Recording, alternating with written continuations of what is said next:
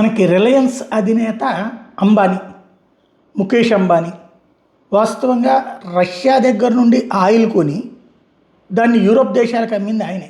శుద్ధి చేసి భారీగానే సంపాదించుకున్నాడు. ఆ సంపాదించుకున్న క్రమంలో ట్రంప్ని సాటిస్ఫై చేయడానికి అమెరికాలో పెట్టుబడులు అనౌన్స్ చేశాడు. ట్రంప్ సాటిస్ఫై అయ్యాడు అనుకున్నారు అందరూ. తర్వాత భారత్ మీద మొన్న రష్యా దగ్గర నుంచి ఆయిల్ కొంటే ఆంక్షలు అన్నటువంటి సందర్భంలో కార్యకలాపాలు మొదట ఆపాల్సి వచ్చింది రిలయన్స్ అంబానీ.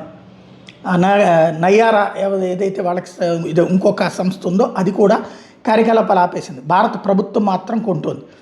ఓవరాల్గా 2023 నుంచి ఇప్పటిదాకా రిలయన్స్ కొని ఇట్లా ఎక్స్పోర్ట్ చేసినటువంటి ఆయిల్ $86 బిలియన్ రిఫైన్డ్ ప్రొడక్ట్స్. అట్లాగే అందులో 42% యూరోప్ యూనియన్కి, అమెరికాకే వెళ్ళింది.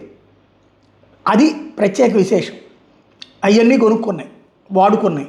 ఇప్పుడు దాన్ని బ్యాన్ చేసుకోవడం ఇదంతా ఒక ఎత్తు అయితే, ఇప్పుడు మళ్ళీ వెనిజులా విషయంలో వెనిజులాకి సంబంధించిన ఆయిల్ కంపెనీలు ఎవరు కూడా, ఇది అమెరికన్ ఆయిల్ కంపెనీలు ఎవరు కూడా అది వైబుల్ కాదని చెప్పి వద్దంటున్నారు కదా రష్యన్ ఇది వెనిజులా ఆయిల్. ఎందుకంటే అవన్నీ సెటరైట్ చేసి ఆ పైప్ లైన్లన్నీ తీసుకుని పంపులు పెట్టుకుని ఇదంతా అయ్యేటప్పటికి ఒక 10 ఏళ్ళు పడుతుంది.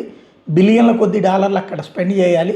లోకల్గా ప్రభుత్వం మీద మీకు పట్టు లేదు, ప్లస్ అక్కడ మాఫియా శక్తులు ఉంటాయి. తేడా వచ్చిందంటే వాళ్ళు వచ్చి చేసే అటాక్స్ని తట్టుకోవడం కష్టము. అమెరికా సైన్యం ఏమో అక్కడికి వచ్చి కూర్చుని కాపాడలేదు. కాబట్టి ఎవడు పెట్టుబడి పెట్టడానికి ముందుకు రాలేదు. ప్రత్యేకించి ట్రంప్ స్వయంగా పారిశ్రామికవేత్తలతో మీటింగ్ పెట్టి, అమెరికన్ పారిశ్రామికవేత్తలతో మీటింగ్ పెట్టినప్పుడు కూడా ఆ మాటే చెప్పారు. దాంతో ట్రంప్ విస్తుపోయాడు. అయితే అంబానీ మాత్రం ఇప్పుడు ట్రంప్తో కూర్చుంటున్నాడు.